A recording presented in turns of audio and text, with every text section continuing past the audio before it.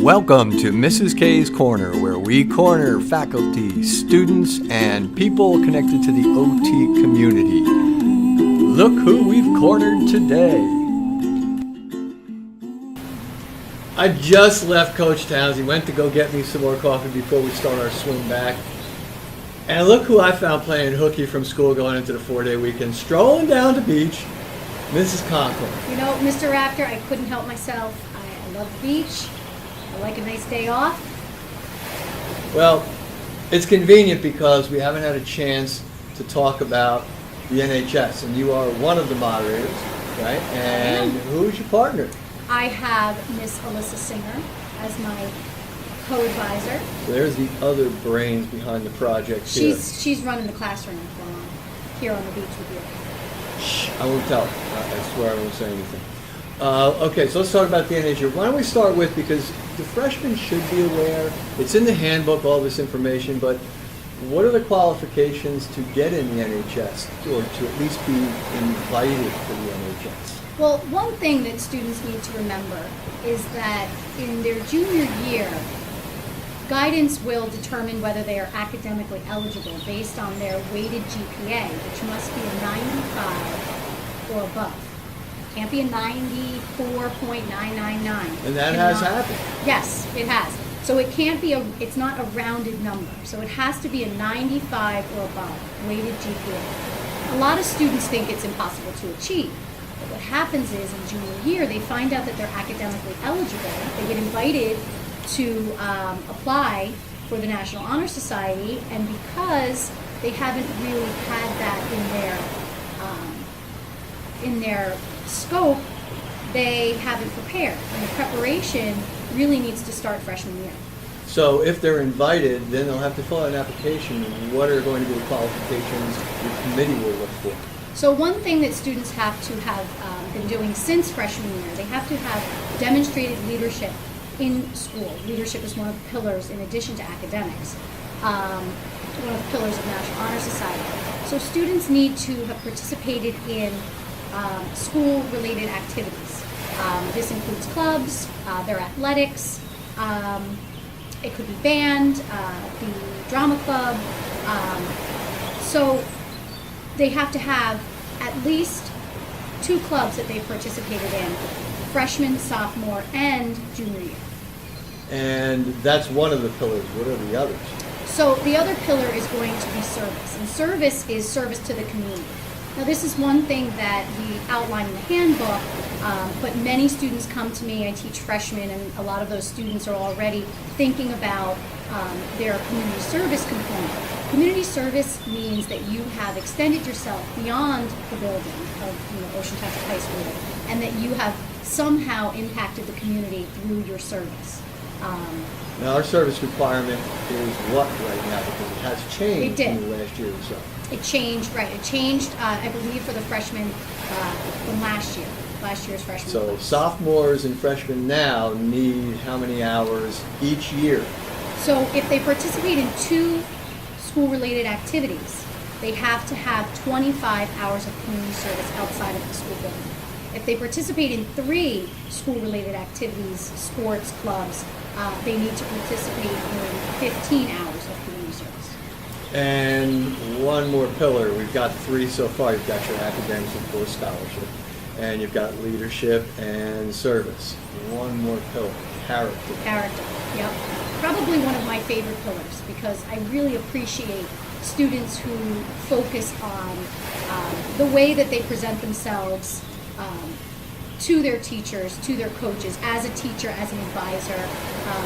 Students who present strong character really impress me, and I know that that's something that's important when it comes to a student's acceptance to the National Honor Society. So how does that get evaluated? The students must be thinking, well, how do they know that about what happens? So starting in freshman year, students have to really focus on the way that they conduct themselves with their teachers, with their peers, demonstrating respect, integrity, in terms of,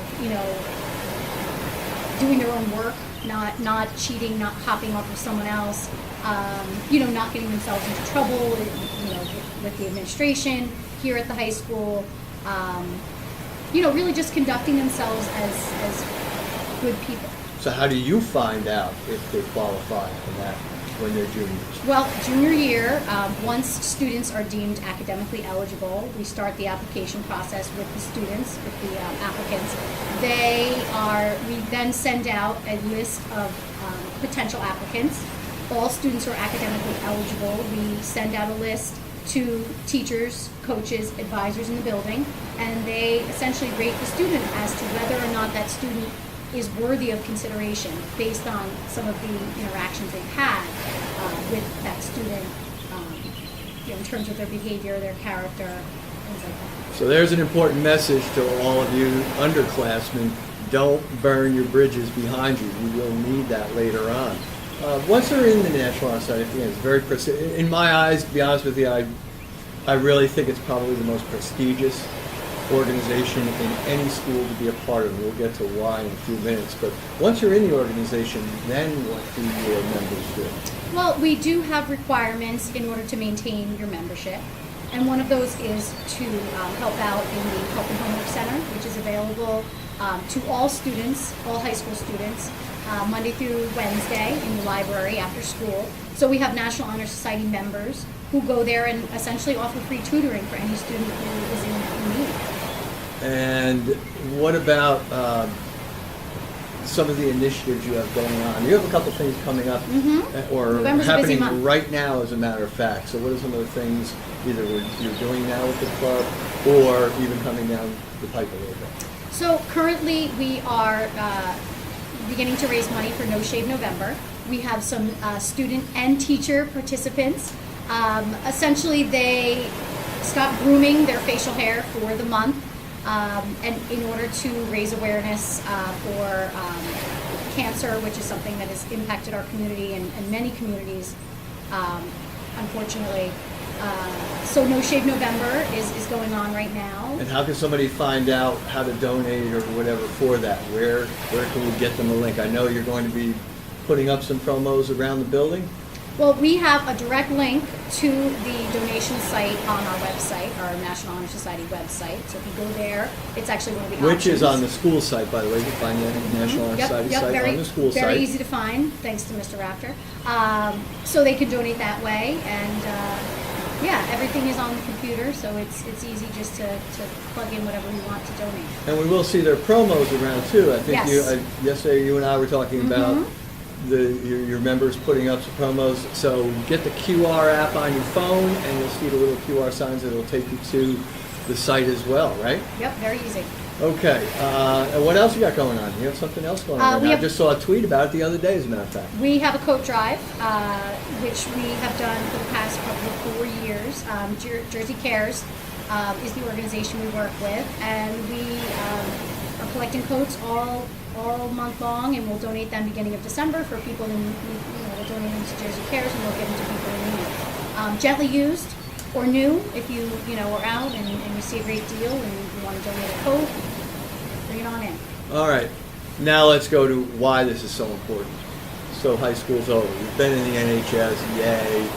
And it's nice that that's on your resume, and you get to the NHS people at graduation. You guys, if you're NHS, you get a You get a special sash. right. So something extra at graduation. But why is it so important after graduation? What can NHS do for you after graduation if you're thinking about, for instance, let's say college? Well, I mean, colleges definitely look for students who have achieved high academic prestige in their school. So it's something that allows the student to stand out. So it's certainly something that once you are a part of, you want to maintain your membership by participating in a lot of our initiatives and fundraisers and different community activities, because you want to be able to allow that to be part of your resume for college. And because you have to fulfill those 4 pillars, I think that's why I go back to why it's so prestigious. You have to be that complete person. And just from personal experience, when my daughter was searching colleges years ago, one of the colleges she looked at was Washington College in Maryland, where our legendary coach Tom Riley is now coaching, I believe, the women's soccer team. Washington College on their website, on the front page, had an announcement that year that if you are in your school's NHS, $17,000 off the tuition automatic. And that was half the tuition at that time. I don't know what their offer is now. So it can, at the private colleges especially, be a great way to get academic aid when they see NHS. They know you're a leader right away. And even if it doesn't get you money, I would think it gives you a little bit better shot than other people applying to that same You have an school. edge. If it's a reach school, Right, something it like gives you, that. it does give you an edge. And there is a scholarship that the National Honor Society offers, and there's a few students right now, a few members who are applying for that. So, you know, there is opportunity that way as well. And let's say you want to even go right to the career market, right? You're not even thinking about college. You want to go career right away. I can't help but think, what does an employer think of the applicants when they see NHS on your application for the job? That's got to play good. Yeah, it's a standout. So Coach and I didn't have return tickets. We couldn't afford them.